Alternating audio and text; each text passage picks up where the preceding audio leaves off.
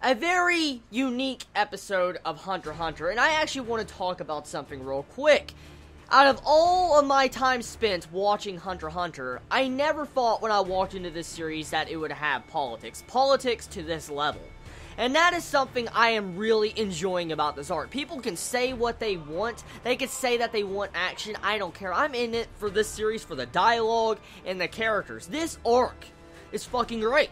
I love getting to see the politics between all these Zodiacs. It is just so amazing seeing how they're mind-fucking each other and how they're playing these mind games trying to, make the votes go on someone else. Like Mizai, I did not expect Pariston to actually say, oh, he should be the chairman. He has the wisdom, he has the experience and all that. I'm like, no fucking way. It was so shocking seeing, Pariston nominate him and say you should vote for him. I was just like, no way. And then the way Pariston, just makes fun of himself and says he doesn't have anything, he doesn't have wisdom, strength, or anything like that, and dedication, just like, he would say that about himself. Now, there's one interesting thing that is actually brought up in this episode, and I've kind of known about it because it's obvious by now, is that Mizai states in this episode that it seems like Pariston hasn't soiled his hands. He hasn't, soiled his hands. He hasn't dirtied his hands or whatever. Most likely that it goes into terms of killing people, but he definitely has connections to the underground networks, and which is pretty fucking obvious. He definitely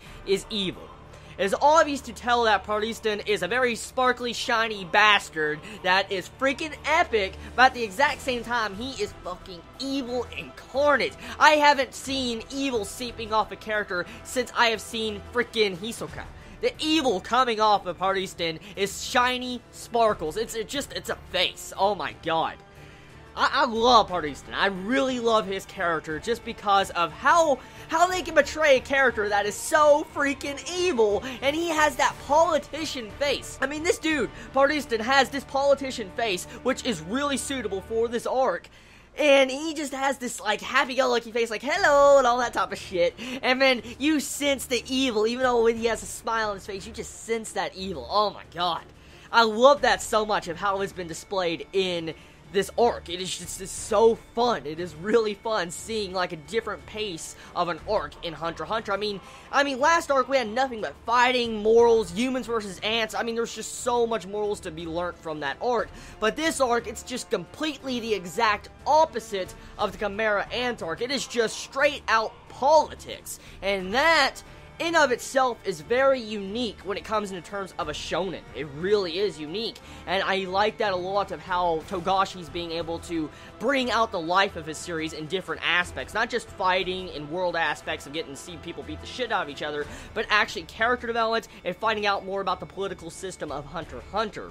Now, with this episode, the one thing else that is confirmed, which I already theorized a while back when it first happened, Jing has some crazy foresight. It is obvious. The way he's able to understand Pariston's moves and calculate what he's going to do next and everybody else of the Zodiacs is pretty terrifying. He definitely has a unique power, and from this episode, it seems like Jing let himself get hit. That's exactly what I see in this, because, when you see that flashback and you see the dog, the Inu girl, the Zodiac, I forget her name, it starts with a C. Her name fails to come to mind, I'm sorry about that. But pretty much she thinks in the past that, Jing purposely let himself get hit by Leorio, which is kind of understandable if I think about it, but it's still badass nonetheless what Leorio did to Jing, of all people, because he definitely fucking deserved it. Let's just be straight out honest, okay? So, anyways, seeing that was really freaking cool. I love seeing how Jing just doesn't give a shit, and he's like, you know what? I'm gonna just let you do it. You figure it out yourself. I'll give you a little bit of advice here. I'll just throw out, carrot, and you try to figure out what's gonna happen next. Or a bone, actually, since she is the dog Zodiac.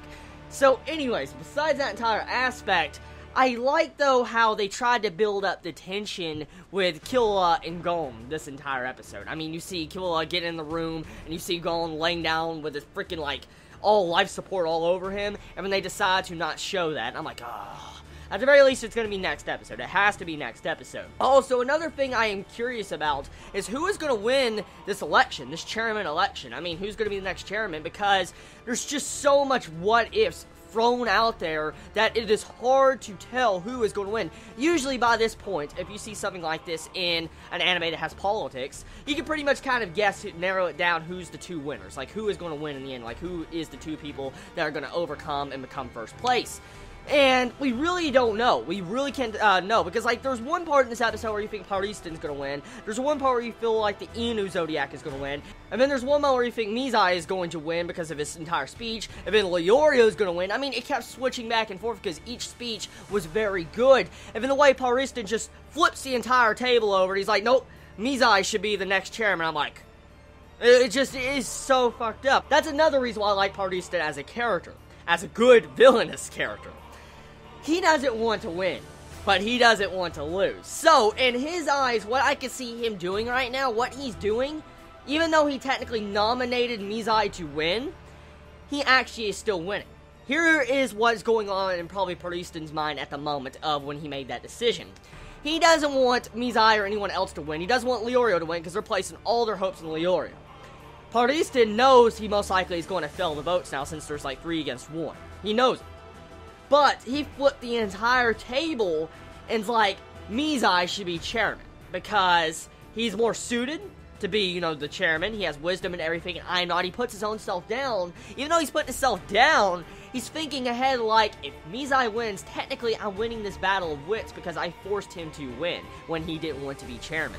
And so, which in turn causes Pariston to win in his mind because he technically chose the person who he wanted to be chairman.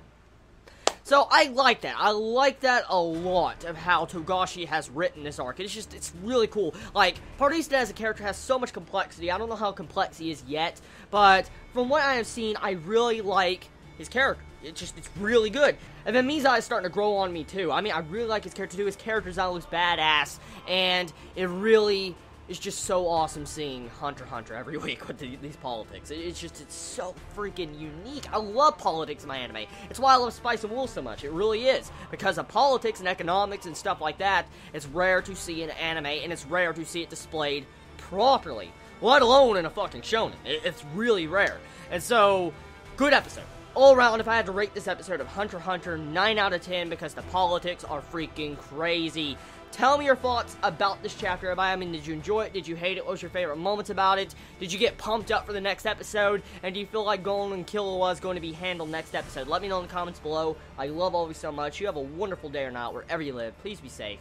Chibi out.